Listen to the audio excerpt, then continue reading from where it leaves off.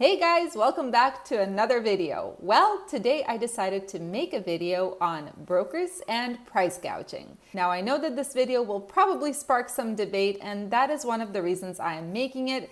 I am a strong believer that debate and differing opinions are the best way to gain insight into a particular topic. You know that there is another term for that. It's called starter. Just saying. Ready? Let's go. Well, what can I say? The market is down in the dumps, and something that I keep noticing is that carriers are blaming brokers. And yes, that includes me as well. The general consensus seems to be that brokers are currently price gouging, meaning they're using the current crappy market situation to take a bigger piece of the load than they should be taking. Now, before we even get into this video of whether brokers are price gouging, I want to remind you how brokers actually set their rates. Let's go to my favorite thing in the whole world, the board. All right, guys, so I have shown this chart before in one of my videos where I talk about how the prices trickle down through the logistics chain to the carrier, but let me remind you how brokers set their prices and how it trickles down to the carrier again. So let's say we have the shipper here. This is the broker's client, right? And this shipper has product that needs to be moved from their facility to the receiver. Now, this shipper enlists the help of a broker in order to find a truck to actually move the product. And they say that they're ready to pay, let's say, $2,000, right, for their load to transport it. Now, the broker, what they do is they take that $2,000 and let's say that they decide to make 20% of the load and they offer this load for $1,600 on the load board to the carrier. So this is what a typical broker does. Now, what is price gouging? Price gouging is when, let's say, this shipper has $2,000 to pay for the transportation of their product from point A to point B and offers that $2,000 to the broker, and the broker takes that $2,000 and decides to post it on the load board for something like $900 and make $1,100 for himself. This is price gouging. Okay, instead of talking your ear off and presenting all the facts of whether the brokers are price gouging or not, let me show you something that I came across a few days ago that inspired me to make this video. You guys, you will not believe what I found. So I decided to use this in my video to kind of give you some insight into whether brokers are price gouging. Now, this is the USDA Crops National Truck Rate Report for August 9th of this year. So as you can see right here, it says rates quoted represent open spot market sales that shippers or receivers pay, and this includes brokers' fees. Now, extra charges for delivery or multi-pickup or multi-drop shipments are not included unless otherwise stated. So again, this is for reefers, but let me show you this. This is insane. So we're gonna skip this for a second. But basically right here, you can see this is from Nogales, Arizona to certain market areas. This is for mangoes and how much shippers pay. Now, this is what the broker gets. This is what the broker negotiates and then posts the rate. So I want to show you compared to the load board. Unfortunately, I cannot see any loads going out of Nogales, Arizona. After all, it's 9:35 p.m. right now.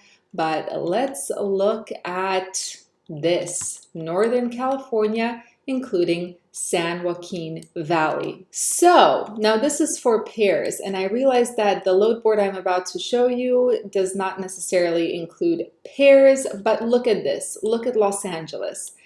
Shippers pay on average between $1,700 to $2,400 to ship pairs from somewhere in San Joaquin Valley to Los Angeles, California.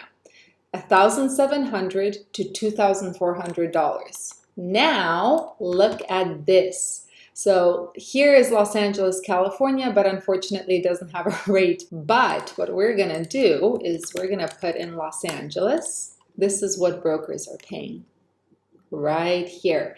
Now, again, I'm not sure what kind of commodities these are. These might not be pairs, but look at this. The maximum amount, I mean, this would be the maximum, which would be $1,300, but usually it's between $800 to $1,000. This is what the shippers are paying. Okay, let's look at a different place, Twin Falls, Burley, Idaho. So this is for potatoes. Now again, let's look at Los Angeles. Shippers pay between $2,400 to $3,200 to ship from this area to Los Angeles. Okay, let's look at the load board. Here we go. This is near Los Angeles. Well, here's Los Angeles, $1,700. $1,700 here. Here, there is no rate posted. Here, there is no rate posted. But here, $1,700. This is what the shipper pays. Okay, let's take a look at one more because this is actually very entertaining. And again, as a reminder, it doesn't mean that these loads I'm showing you on the load board are actually these particular commodities. We do not know what commodities the brokers are posting on the load board for the most part, but let's take a look at another market. Okay, Yakima Valley. I hope I'm pronouncing this correctly. All right, let's look at a different market. Okay, let's look at Dallas. Apples, apricots, and cherries. This is what comes out of this place. Here's the range that these shippers pay to go from this area to Dallas, Texas, for example, but mostly this is the range that they pay. Now let's take a look at the load board. So let's say $5,300 to $6,800 to Dallas, Texas. $4,000 is right here. Now again, we don't know if these are apricots, cherries, or apples, but it's insane. I mean, look at this. So these are the Dallas loads, $4,000. I mean, yeah. And the shippers are paying $5,300 to $6,800 for the most part. How crazy is that? Okay, so now I'm pissed. Brokers are here walking around making all the cash that we deserve. We have the trucks.